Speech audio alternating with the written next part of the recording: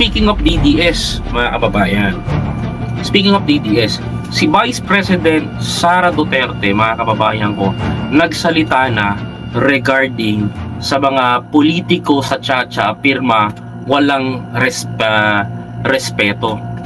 Sinabi ni Vice President Sara Duterte, mga kababayan ko, sa mga politiko doon nagpapakalat ng pirma, wala daw respeto, mga kababayan. Bago ako magbigay ng komento doon sa sinabi ni Vice President, gusto ko muna pong ipaliwanag sa inyo yung kanyang sinabi. Ito po, mga kababayan ko, according to the Vice President Sara Duterte, mga kababayan ko, ito sabi niya, nababahala si Vice President Sara Duterte sa ibubunga ng isinusulong na People's Initiative. Okay, People's Initiative o PI bilang paraan ng amyenda sa 1987's Constitution o charter change, mga kababayan ko. Sabi pa dito, kasabay ito sa pagsiwalat ni Duterte na patuloy aniya ang pagpapapirma para sa People's Initiative kapalit ng pera nangyari araw-araw sa Davao City sa iba't ibang bahagi ng bansa. Oh my God, mga kababayan ko. Ito pa, sabi niya, isa itong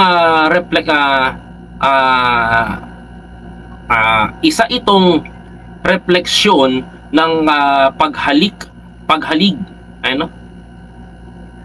paghalig sa mga politiko na bumili ng boto tuwing eleksyon, paghalintulad pala, sorry. Ito ay pananamantala sa kahirapan ng ating mga mamamayan at kawalan ng respeto sa kanilang karapatan na magdesisyon ng malaya ng walang takot sa impluwensya na gamit ng salapi, pahayag ni Duterte sa kanyang Facebook page. Mga kababayan ko, sabi ni Vice President Sara to,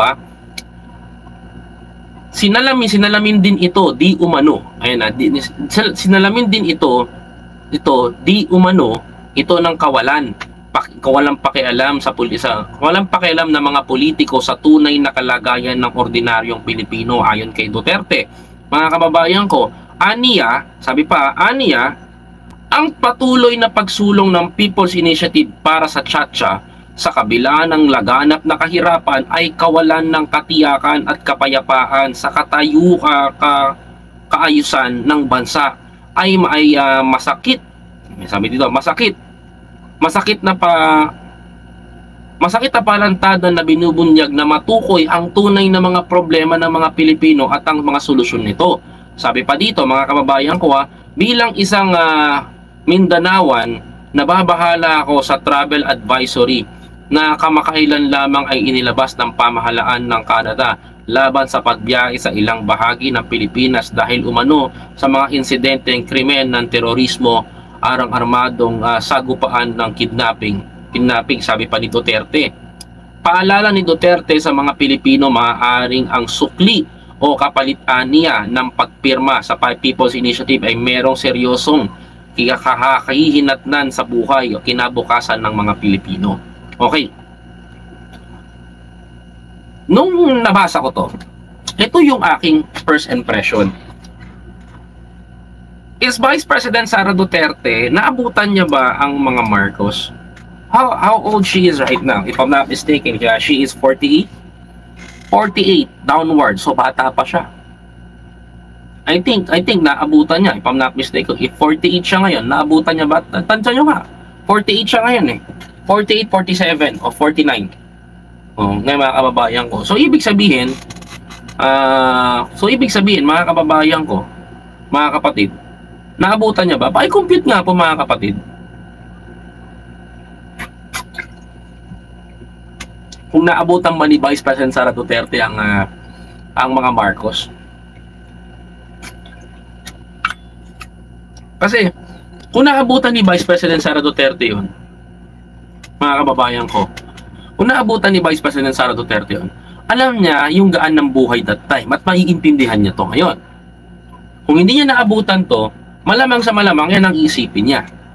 Kasi mga kababayan ko, ang presumption ko ngayon sa mga taong tutol sa charter change, mga kababayan ko, sa Chacha, sa CONAS, itong People's Initiative, mga kababayan ko, sa mga tutol po dyan, ang nakikita ko, mga kababayan ko, self-interest o vested interest, mga kapatid. Paano ko ba nasabing vested interest o self-interest, mga kababayan?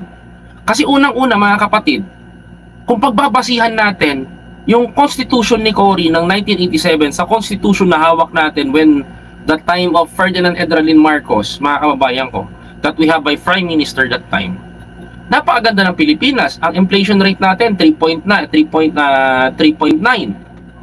In the history ng Pilipinas, ganun kababa ang inflation rate natin, mga kababayan ko. Pero nung pumalit si Cory, nung napapansin nyo na, ayun na, pabagsak na tayo ng pabagsak hanggang sa mag-slow down ang economy natin, and then nag-drop down tayo ng ganito, sumadlak tayo ng ganito sa buhay natin. Now, mga kababayan ko, gumagawa ng paraan ng Congress, upang maisaayos ang bansa natin. Kasi maraming provision sa 1987's Constitution ang hadlang para sa mga Pilipino. Honestly, paano ko nasabing naging hadlang sa mga Pilipino? Let me example ang nangyari sa eskwelahan. Dati, meron tayong batas na dapat ang mga bata sa eskwelahan busog. Kaya kayo may Nutriban, kaya kayo may clean. Kaya binabudgetan ng gobyerno natin yan kasi nasa batas natin. Tama? Second, mga kababayan ko, noon, ang farmers natin, mga kababayan ko, farm to market road, mga kababayan, yan ang gusto natin noon eh. Yan ang meron tayo, kaya mura ang bigas per salop. Ang problema, mga kababayan ko, nung nagkaroon ng 1987's Constitution, sino ngayon ang namayagpag? Yung farm to market ba ang nangyari? Hindi, mga kababayan ko. Ang namayagpag sa bentahan, ang namayagpag sa kitaan, yung mga namumuhunan at mga mamamakyaw. Sino ba itong mga mamamakyaw, mga kababayan ko? Hindi po to si Senator Manny Pacquiao, ha? Sino ba ang nanalo sa 1987's Constitution? Of course, yung mga mamamakyaw. Di ba? Yung mga mamamakyaw na nagiging seller, mga kababayan ko. Mga kapatid, sino pa ngayon na namayagpag, mga kababayan ko? Sa 1987's Constitution, mga kapatid, nawalan ng power ang ating government na tuluyan ng pabagsak ng pabagsak. Hanggang ang mga oligarko na paibabawa ng gobyerno at sunod-sunuran na lang sa kanya. Ganon na nangyari sa inang bayan natin.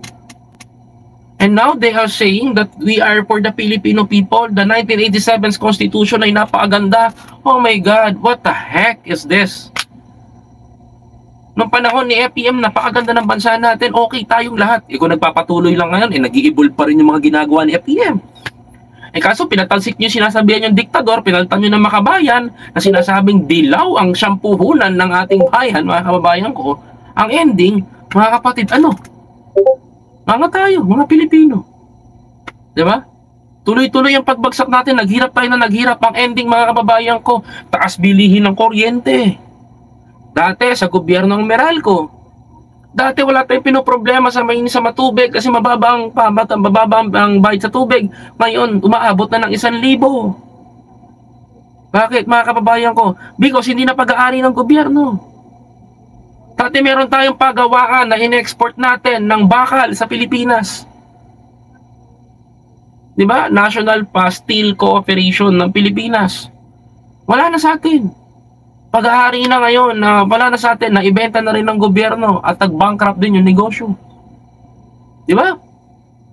Ang daming pag-aari ng gobyerno because of 1987's Constitution, mga kababayan ko, ang pumabor, hindi po para sa mga mahirap, hindi po pumabor sa mga Pilipino, pumabor sa mga kobrador, sa mga oligarko, sa mga mamamakyaw, at sa mga kaalyado ng mga dilaw, mga kababayan.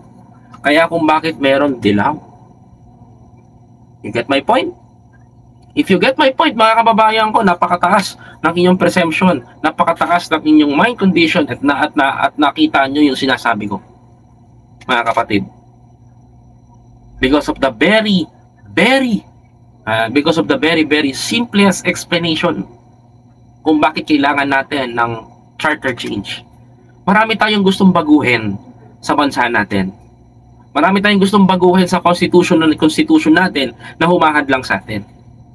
Because kung walang tututol sa charter change, mga kababayan ko, at walang pipigil diyan, mga kapatid, gaganda ang pamumuhay natin. And right now, mga kababayan ko, I really understand what happened to Congressman Martin Romualdez, that he sacrificed his name, his position for this campaign, for this pirma. No, mga kababayan ko? Binabash siya, sinisira siya, tambaloslos, keso ganito, keso ganyan. Honestly, mga kababayan ko, di ba? Sasabihin may bayad. I just want to be clarified, no? Alam niyo yung mga pautot na binabayaran yan. Binabayaran yan, kaya pumipirma. Mga kapatid, for example, merong bigayan ng AIX. Di ba, napanood nyo sa akin yung bigayan ng AIX? Yung assistance galing sa government. Pupulungin yung mga maraming tao sa isang cover court. Tapos magbibigay ng ayuda ang government natin, tulong. Tapos meron dong isang booth ng pirma na sinasabi nila, pina-explain nila ang People's Initiative, pipirma. Whether they like it or not, wala namang problema kung di ka pipirma eh. Di ba? Mga kababayan ko, ang problem, dahil sa namimigay ng AIX, vote buying na pala sa kanila yun, mga kababayan ko, para sa kanila. Pag ganun pala ang ginawa mo, vote buying na. Mga kababayan ko. So, ang ginagawa, wala na daw freedom yun, mga kababayan ko.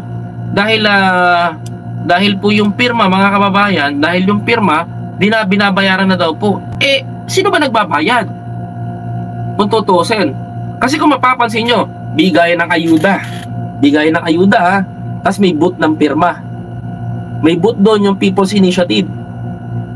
Kung ayaw mo naman pumirma, pwede mo lagpasan yung booth. Kung gusto mo naman pumirma for the People's Initiative, why not? Di ba? Pwede naman yun. Nasa sayo pa rin yun. Ang ending, ikaw pa rin na magdidesisyon bilang isang Pilipino. Di ba? Pero, mga kababayan ko, in the simplest way, mga kapatid, kung ako tatanungin ninyo,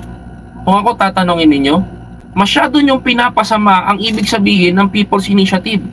Yan din yung ginawa nyo sa charter change, sa Chacha ni Gloria eh. Yan din yung pinakita ninyo eh, tama? Pinasama nyo ng pinasama yung Chacha. Ngayon, mga kababayan ko, People's Initiative, taong bayan ang nag-inisyatibo. Taong bayan ang gumawa at gumalaw for this. And now, sasabihin nyo, pangit ang ginagawa niyan. Hindi maganda yan. Paniniwalaan naman kagad ng tao, mga kababayan ko, di ba? Yan ang problema. Kala mo sa totoo lang, konti ang nag-i-explain sa inyo nito. Pero kung lahat kami mga vlogger ay nag-i-explain sa inyo about dito sa charter change na to, about dito sa People's Initiative na to, I know marami sa inyo mai-enlighten at matutuwa because maraming provision na mababago. Kaya ako tinatayuan to, kaya ako sinasabi sa inyo, kaya ako naninindigan para sa People's Initiative, mga kababayan ko, because marami akong gustong baguhin sa loob ng 1987 Constitution na hindi pabor sa Pilipino. Pabor sa mga mayayaman. Ang gusto ko mangyari, mabalik yung pabor na yon, na pantay-pantay tayo. Di ba? Tama, ito, sabi dito, may magpapatunay si Ma'am Berna Kanyeda. Very peaceful kami noong panahon ng martial law. Ang ganda ng buhay noon. Hindi natatakot ang mga sa kapaligiran. Correct, 'di ba? Sana nga ganyan ngayon eh. Tutusin, sana nga ganyan ngayon dito eh. Kasi noon, mga kababayan ko, very disiplinado ang Pilipino eh. Ngayon, mga kababayan ko, pag umuwi ka lasing sa kalye, kasuray-suray ka, wala nang problema, maipag-away ka sa pulis. Pulis pa mag-a-adjust sa'yo eh. Diba? Nawalan ng disiplina, nawalan ng takot sa batas ang taong bayan. Simula nung pumasok yan, 1987 Constitution, because of that fucking democratic ideology.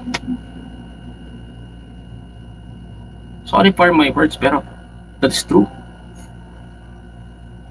That ideology na yung ideology ng pagiging demokratiko, yan nagpabagsak sa Pilipino. Napakain ba kayo ng demokrasya?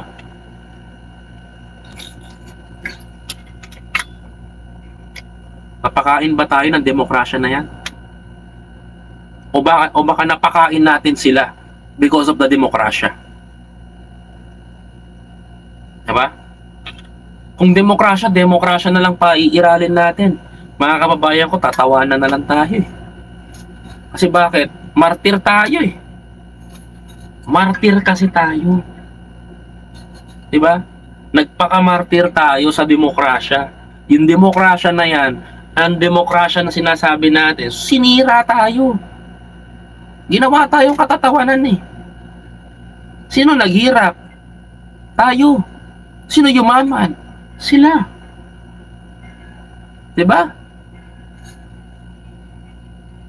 Yan ba yung demokrasya na may pagkakapantay-pantay? Mga kababayan ko. And it happened right now na naghihirap tayo. Ayaw nyo sa charter change, meron kayong vested interest. Ayaw nyo ng pagbabago, pagsulong, mga kababayan ko. Ayaw nyo ng pagbabago at pagsulong. Ayaw nyo ituloy yung pagbabago para sa bansa natin. Ayaw nyo guminhawa ang ating bayan. Ayaw nyo bigyan ng pagkakataon ang mga mamamayang Pilipino naman ang siyang magkaroon ng malakas na boses sa lipunan. Dahil mas gusto ng iba na sila-sila lang ang nakaupo, sila-sila lang ang tatayo, sila-sila lang ang magkakaroon. Sa panahon ni Marcos noon, lahat tayo nagkakaroon. May mahirap, walang mayaman, walang mahirap. Pagdating sa eskwelahan, busog ang mga anak. Makakakain ng tao, sinigurado ng gobyerno na mayroong kakainin ng bawat pamilya sa kanilang hapag. Sinigurado ni Marcos noon na mayroong kang may mag-aalaga ng puso mo. Sinigurado ni Marcos noon na kahit ng iyong kondisyon ng katawan ay mag-aalaga sa iyo. Kaya nagkaroon tayo ng bagong lipunan medical center, which is the East Avenue right now. Sinigurado rin ni Marcos noon, mga kababayan ko, yung ating mga anak ay may sariling ospital na di nakahalo sa mga may malalang sakit. Sinigurado ni Marcos na naka-isolated na para sa bata lang ang eskwelahan. Sinigurado rin ni Marcos noon na mga baga natin ay siguradong maayos. Sinigurado rin ni Marcos noon na ang mga gulay ay makakarating sa taong bayan at mabibili ninyo. Tiniyak din noon ni Marcos, mga kababayan ko, na ang bawat pamilya ay makakabili ng murang bigas. Tiniyak din ni Marcos na matututunan ninyo ang pagtatanim sa bawat tahanan at bakuran ninyo. Tiniyak din ni Marcos na meron kayong magandang transportasyon bago siya mawala sa Pilipinas. LRT. Tiniyak din ni Marcos Jr. tuwing 13 of the month ay meron kayong makukuha sa mga kumpanya ng mga mayayaman. Paganda, di ba? Lahat binigay niya. Because of he loves the Filipino people. Binatas niya yon. Pinagawa niya yung batas na yon. For the Filipino people. And because of the ideology, mga kababayan ko, nawala yun. Nang dahil lamang sa pangsariling interes nila sa Pilipinas. Ayaw nyo ng charter change, ayaw nyo ng pagbabago, ayaw nyo ng pirma, mga kababayan, hanggang kailan tayo mangangawawang mga Pilipino? Hanggang kailan tayo magtitiis? Mga kababayan. Diba? Hanggang kailan tayo magtitiis na ganito tayo?